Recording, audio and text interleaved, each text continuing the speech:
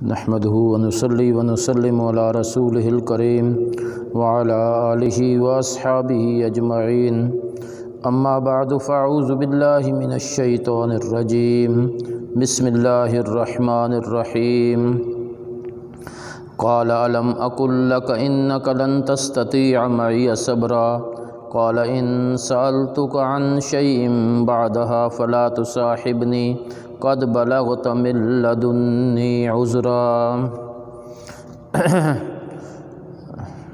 محترم سامعین، ناظرین گرامی قدر، آج ہم 16ویں پارے کا خلاصہ آپ حضرات کے سامنے بیان کر رہے ہیں۔ دعا ہے کہ اللہ تبارک و تعالی ہماری اس کاوش اور محنت کو اپنی بارگاہ میں قبول فرمائیں اور اللہ تبارک و تعالی اس کو قرآن علوم کی ترویج اور تشہیر کا ذریعہ بنائیں اور ہم سب کو ان مضامین پہ عمل کرنے کی توفیق عطا فرمائیں۔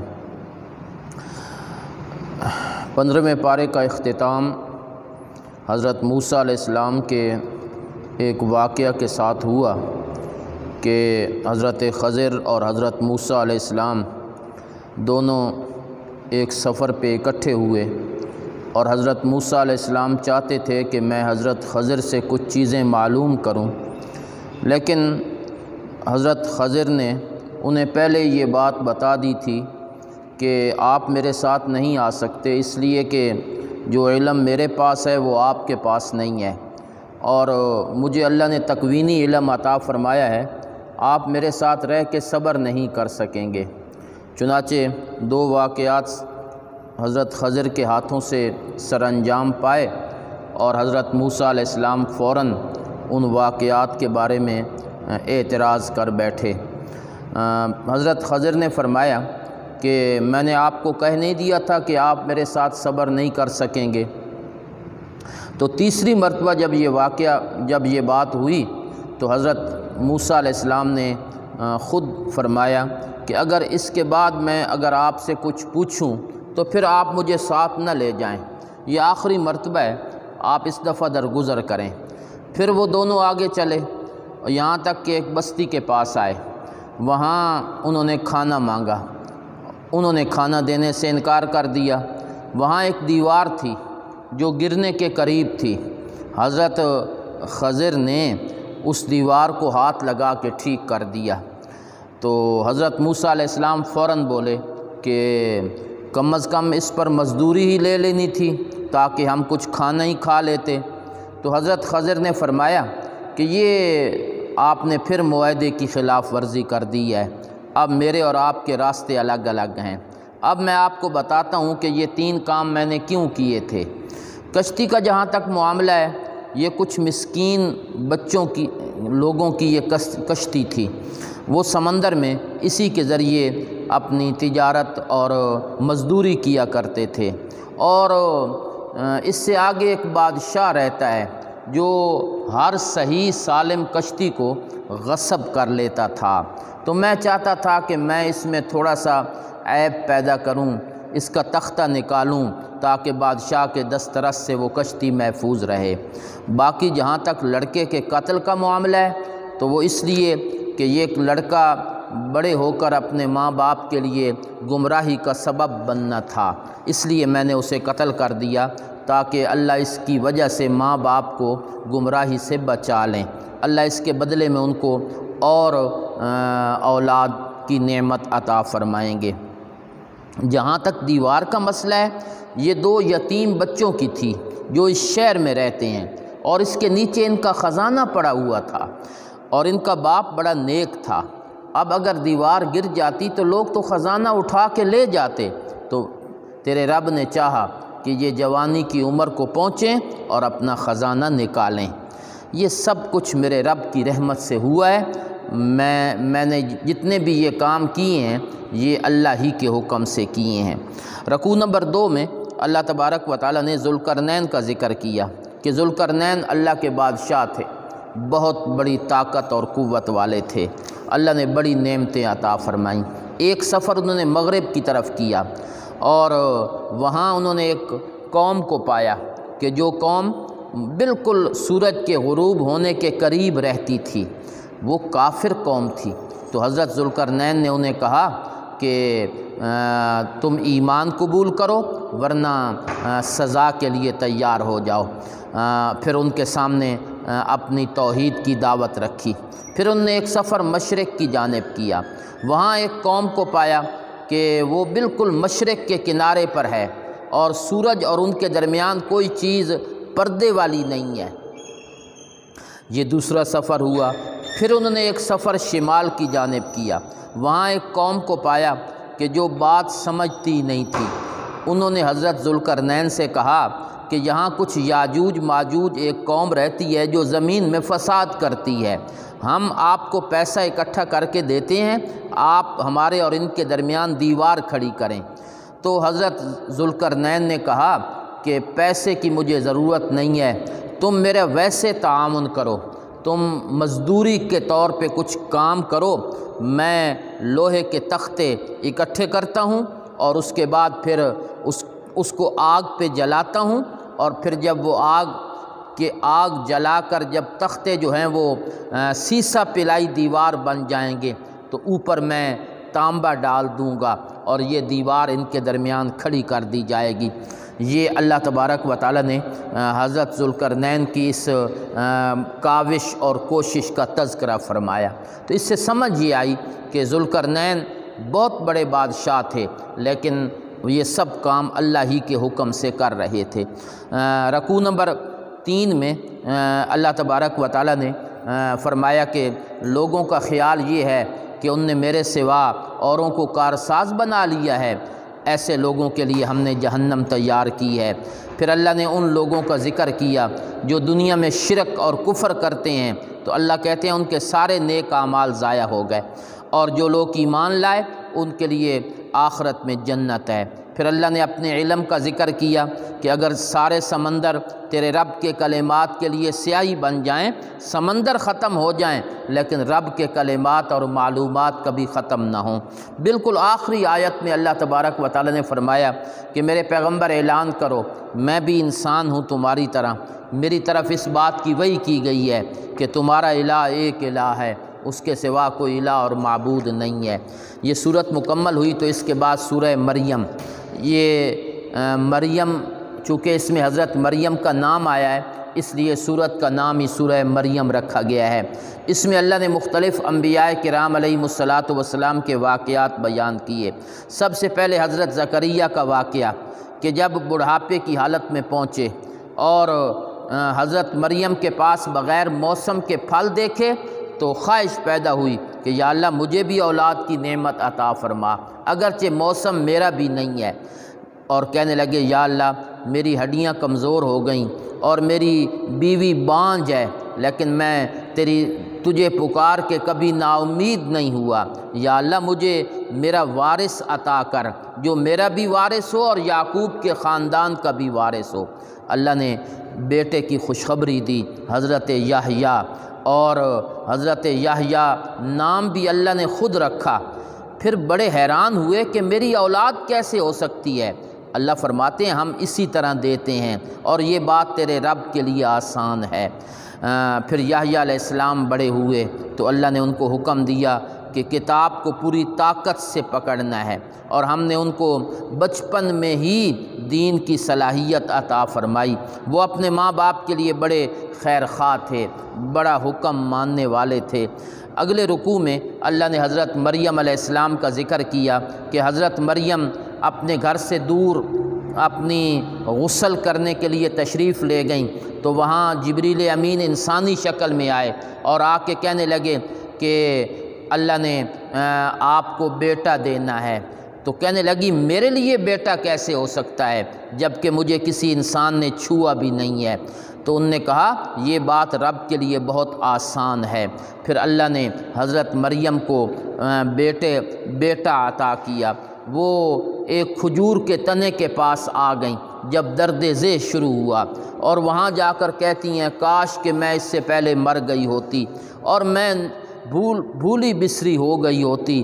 فرشتے نے آواز دی کہ غم نہ کرو، جو اللہ تیرے لیے یہ کھجوروں کا انتظام کر سکتا ہے، جو رب پانی کا انتظام کر سکتا ہے، وہ تجھے کبھی رسوا بھی نہیں کرے گا۔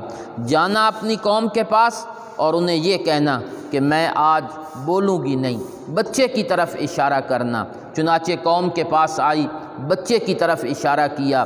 قوم نے کہا کہ ہم سے مذاق کرتی ہو، یہ بچہ کیسے بولے گا؟ لیکن حضرت عیسیٰ علیہ السلام بول اٹھے، انی عبداللہ، میں اللہ کا بندہ ہوں، اللہ نے مجھے کتاب بھی دی ہے اور اللہ نے مجھے نبی بھی بنایا ہے۔ پھر انہوں نے اللہ کی توحید کا مسئلہ بھی بیان کیا کہ میرا اور تمہارا رب اللہ ہے، یہی صراط مستقیم ہے۔ رکوع نمبر 6 میں اللہ تبارک و تعالیٰ نے ابراہیم علیہ السلام کا ذکر کیا کہ اپنے باپ کے سامنے تبلیغ کی، باپ کو مسئلہ سمجھایا کہ اے ابا جان، ان کی عبادت کیوں کرتے ہو جو دیکھتے بھی نہیں، کام بھی نہیں آتے؟ ابا جان میرے پیچھے چلو، میں تمہیں ہدایت کا راستہ دکھاؤں گا۔ باپ بہت ناراض ہوا اور کہنے لگا تو میرے الہوں سے اور میرے معبودوں سے اعراض کر رہا ہے، اگر تو باز نہ آیا تو میں تمہیں رجم کر دوں گا۔ ابراہیم علیہ السلام نے کہا میرا اور تمہارا راستہ جدا جدا ہے، میں اپنے رب سے آپ کے لیے مغفرت طلب کرتا رہوں گا، دعا کرتا رہوں گا کہ یا اللہ میرے باپ کو ہدایت کی توفیق عطا فرما دے۔ وہاں سے حضرت ابراہیم چل پڑے اور اس علاقے کو چھوڑ دیا۔ رکوع نمبر 7 میں اللہ تبارک و تعالیٰ نے حضرت موسیٰ علیہ السلام کا ذکر کیا کہ وہ بھی اللہ کے چنے ہوئے پیغمبر ہیں، اور ہم نے طور کے دائیں جانب ان کو نبوت عطا فرمائی۔ پھر ہم نے ہارون کو نبی بنایا۔ پھر اسماعیل کا ذکر ہوا، ان کی صفات کا ذکر ہوا کہ وہ وعدے کے سچے تھے اور اپنے گھر والوں کو نماز اور زکوٰۃ کا حکم دیتے تھے۔ پھر ادریس کا ذکر ہوا کہ وہ بھی اللہ کے سچے نبی تھے۔ ان تمام نبیوں کو ذکر کرنے کے بعد اللہ فرماتے ہیں یہ وہ طبقہ ہے جن پر اللہ نے انعام کیا ہے، وہ آدم کی اولاد اور نوح کی اولاد اور کچھ ابراہیم اور یعقوب کی اولاد۔ یہ سب وہ لوگ ہیں کہ جب ان کے سامنے اللہ کی آیتیں پڑھی جاتی ہیں تو وہ رکوع میں گر جاتے ہیں اور اللہ کے سامنے عاجزی کرنے والے ہیں۔ جو لوگ اللہ کے سامنے عاجزی کرتے ہیں اللہ ان کو جنت میں جگہ عطا فرماتے ہیں، اور یہ جنت ان لوگوں کے لیے تیار کی گئی ہے جو تقوی اور پرہیزگاری کے ساتھ زندگی بسر کرتے ہیں۔ رکوع نمبر 8 میں اللہ نے انسانوں کا شکوہ کیا ہے کہ انسان کہتا ہے جب میں مر جاؤں گا تو دوبارہ زندہ کر کے اٹھایا جاؤں گا۔ کیا انسان کو یہ بات یاد نہیں کہ ہم نے اس سے پہلے اس کو پیدا کیا ہے اور وہ کچھ بھی نہیں تھا؟ پھر اللہ تبارک و تعالیٰ فرماتے ہیں کہ یہ کافر ایسے ہیں کہ جب ان پر اللہ کی آیتیں پڑھی جاتی ہیں تو کہتے ہیں کہ تم میں سے کون بہتر ہے مال دولت پیسے کے لحاظ سے؟ اللہ فرماتے ہیں پہلے لوگوں کو بھی ہم نے بڑی مال و دولت دی ہے، پھر ان کو ہلاک کر دیا۔ رکوع نمبر 9 میں اللہ تبارک و تعالیٰ فرماتے ہیں کہ شیاطین جو ہیں یہ کافروں پر مسلط ہو جاتے ہیں اور وہ انہیں دین کے خلاف ابھارتے رہتے ہیں، لہٰذا میرے پیغمبر ان کی باتیں سن کے جلدی نہ کیجیے، ہم نے ان کے لیے ایک دن مقرر کیا ہے قیامت کا۔ اور پھر اللہ نے شکوہ کیا ہے کہ انسان کہتا ہے کہ رحمان نے اور اللہ نے اپنا نائب بنا لیا ہے۔ یہ اتنی بری بات ہے کہ شاید کہ آسمان اس کی وجہ سے پھٹ پڑیں، زمین ٹکڑے ٹکڑے ہو جائے، پہاڑ ریزہ ریزہ ہو جائیں جب لوگ کہتے ہیں کہ رحمان نے کسی کو اپنا نائب بنایا ہے۔ شرک والا کلمہ یہ انتہائی منحوس کلمہ ہے۔ سورت کے آخر میں اللہ فرماتے ہیں یہ قرآن ہم نے تیری زبان کے ذریعے بہت آسان کر دیا ہے تاکہ تو لوگوں کو خوشخبری دے، متقین اللہ سے ڈرنے والے ایسے لوگوں کو قرآن بشارت کے لیے نازل کیا گیا ہے۔ سورت مکمل ہوئی تو اس کے بعد سورہ طٰہٰ، یہ سورہ طٰہٰ اس کا نام طٰہٰ اس لیے رکھا گیا ہے کہ اس کے شروع میں لفظ طٰہٰ موجود ہے۔ یہ سورت اس میں اللہ نے حضرت موسیٰ علیہ السلام کا واقعہ بڑی تفصیل کے ساتھ بیان فرمایا ہے۔ ابتدا میں اللہ نے قرآن کی عظمت کا ذکر کیا کہ یہ قرآن بڑی عظیم الشان کتاب ہے، اس کو ہم نے اس لیے نہیں اتارا کہ تاکہ آپ مشقت میں پڑیں۔ یہ نصیحت ہے اس بندے کے لیے جو اللہ سے ڈرتا ہے، یہ اس ذات کی طرف سے اتاری گئی ہے جو زمین و آسمان کا خالق ہے، وہ رحمان بھی ہے، کائنات کی ذرہ ذرہ اسی کے لیے ہے۔ پھر اللہ نے اپنی دوسری صفت ذکر کی کہ آپ بلند آواز سے بات کریں، اللہ ظاہر پوشیدہ سب کو جانتا ہے، اس کے سوا کوئی الہ نہیں، اور سارے اچھے نام اللہ ہی کے لیے ہیں۔ موسیٰ علیہ السلام کا واقعہ ذکر ہوا جب اپنی بیوی کو لے کر مدین سے مصر کی طرف آ رہے تھے، راستہ بھول گئے، ایک آگ نظر آئی، بیوی کو کہتے ہیں تم ٹھہرو، میں آگ کے پاس جاتا ہوں، شاید وہاں سے کوئی رہنما مل جائے، راستہ بتانے والا مل جائے۔ جب وہاں پہنچے تو اللہ نے فرمایا میرے پیغمبر ہم نے تو تجھے نبی بنا لیا ہے، اب جوتیاں اتار دیجئے اور اس مسئلے کو اچھی طرح سمجھیے کہ اللہ کے سوا کوئی الہ اور معبود نہیں ہے، قیامت بھی آنے والی ہے۔ پھر اللہ نے دو معجزے عطا کیے، ایک لاٹھی کا سانپ بن جانا اور ایک ہاتھ باہر نکالنا، اور وہ سفید چمکدار روشن ہاتھ نظر آیا۔ پھر اللہ نے فرمایا کہ فرعون کی طرف جاؤ۔ موسیٰ علیہ السلام نے کچھ دعائیں مانگی، یا اللہ میرا سینہ کھول دے، معاملہ آسان کر دے، میری زبان کی گرہ کھول دے، میرا بھائی میرا وزیر بنا دے۔ اللہ نے ساری دعائیں قبول کر لیں۔ اس کے بعد اللہ نے فرمایا کہ میرے پیغمبر ہم نے تجھ پر بڑے احسانات کیے۔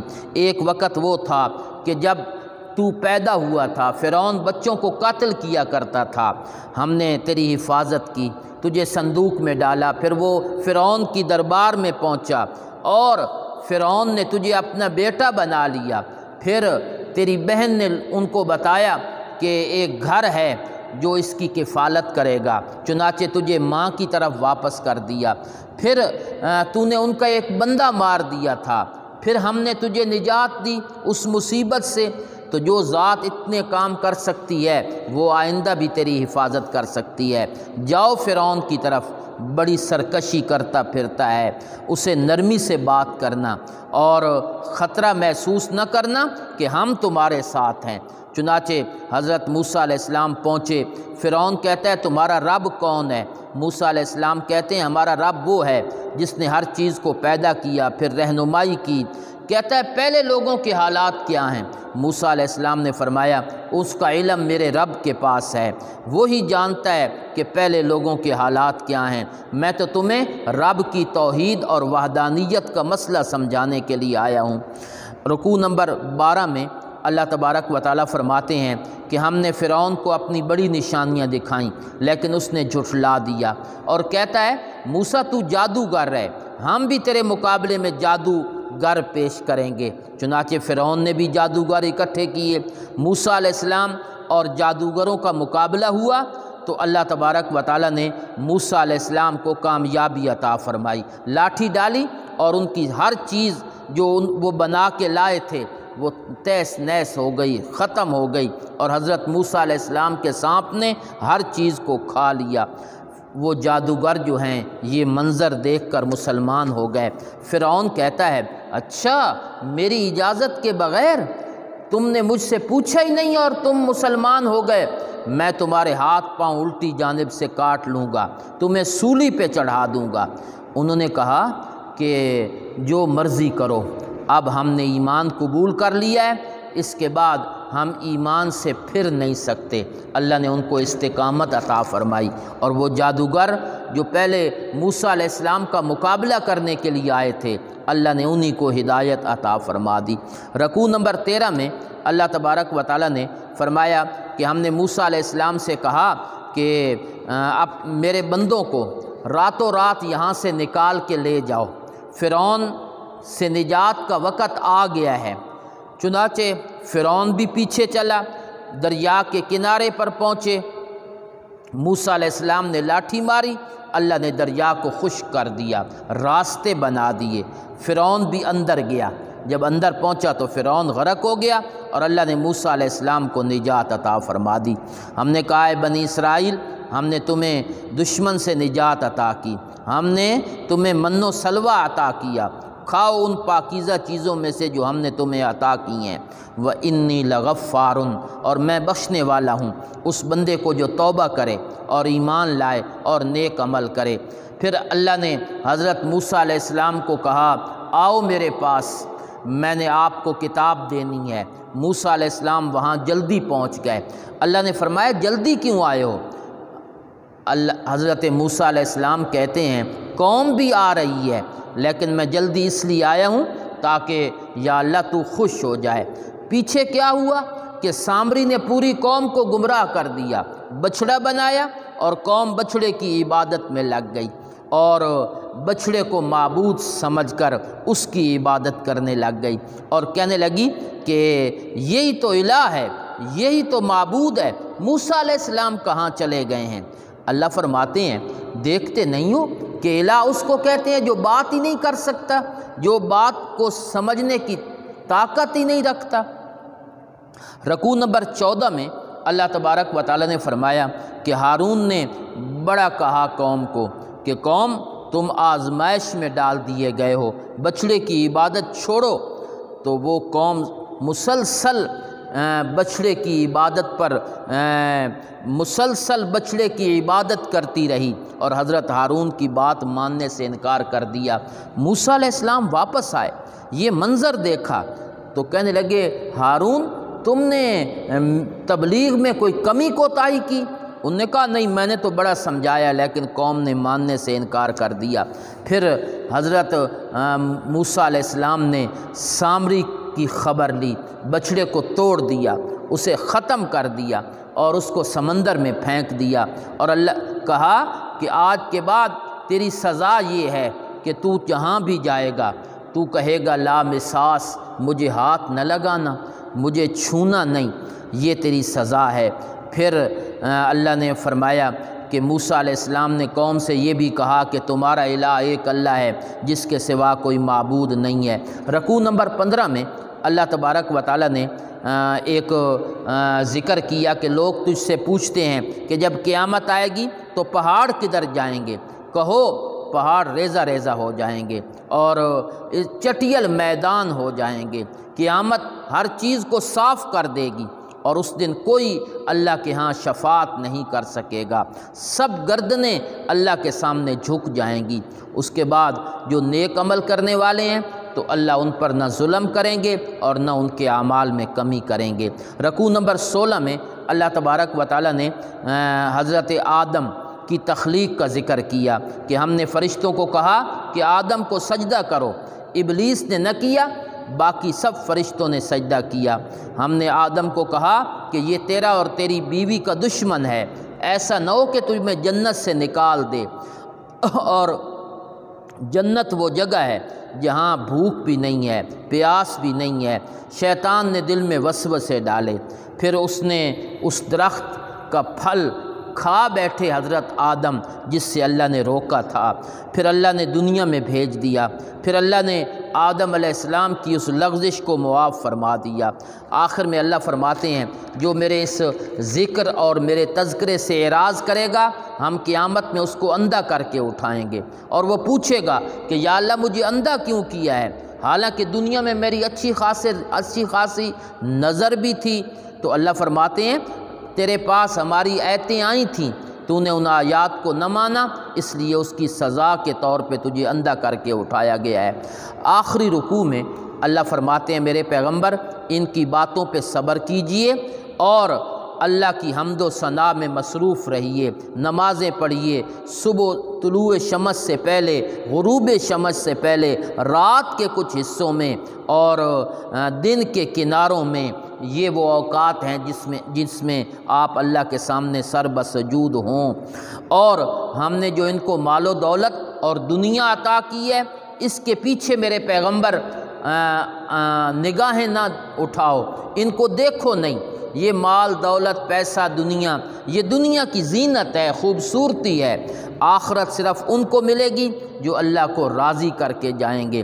پھر اللہ نے فرمایا کہ اپنے گھر والوں کو نماز کا حکم دیں، خود بھی اس پر ڈٹے رہیں، ہم آپ سے رزق نہیں مانگتے، ہم تو عبادت مانگتے ہیں۔ اور آخری آیتوں میں اللہ تبارک و تعالیٰ نے کفار کا ایک قول نقل کیا ہے کہ ہمارے پاس نشانی کیوں نہیں آتی ہمارے رب کی طرف سے۔ اللہ فرماتے ہیں کہ کیا ان کی نشانی کے لیے یہ بات کافی نہیں کہ وہ چیزیں جو پہلے صحیفوں میں ہیں وہ ان کے پاس آن پہنچی ہیں، قرآن، اور اگر ہم لوگوں کو عذاب کی وجہ سے ہلاک کر دیں کسی کتاب کے آنے سے پہلے تو پھر کہتے کہ اے رب تو نے ہماری طرف رسول کیوں نہیں بھیجا، ہم تیری آیتوں کی اتباع کرتے۔ آخری آیت میں اللہ فرماتے ہیں تم سب انتظار کرو قیامت کا، ہم بھی انتظار کر رہے ہیں، پھر پتہ چل جائے گا کہ سیدھے راستے پر کون ہے اور ہدایت کا راستہ کس کو نصیب ہونا ہے۔ اللہ ہمیں قرآنی احکام پر عمل کرنے کی توفیق عطا فرمائے۔ وما علینا الا البلاغ المبین۔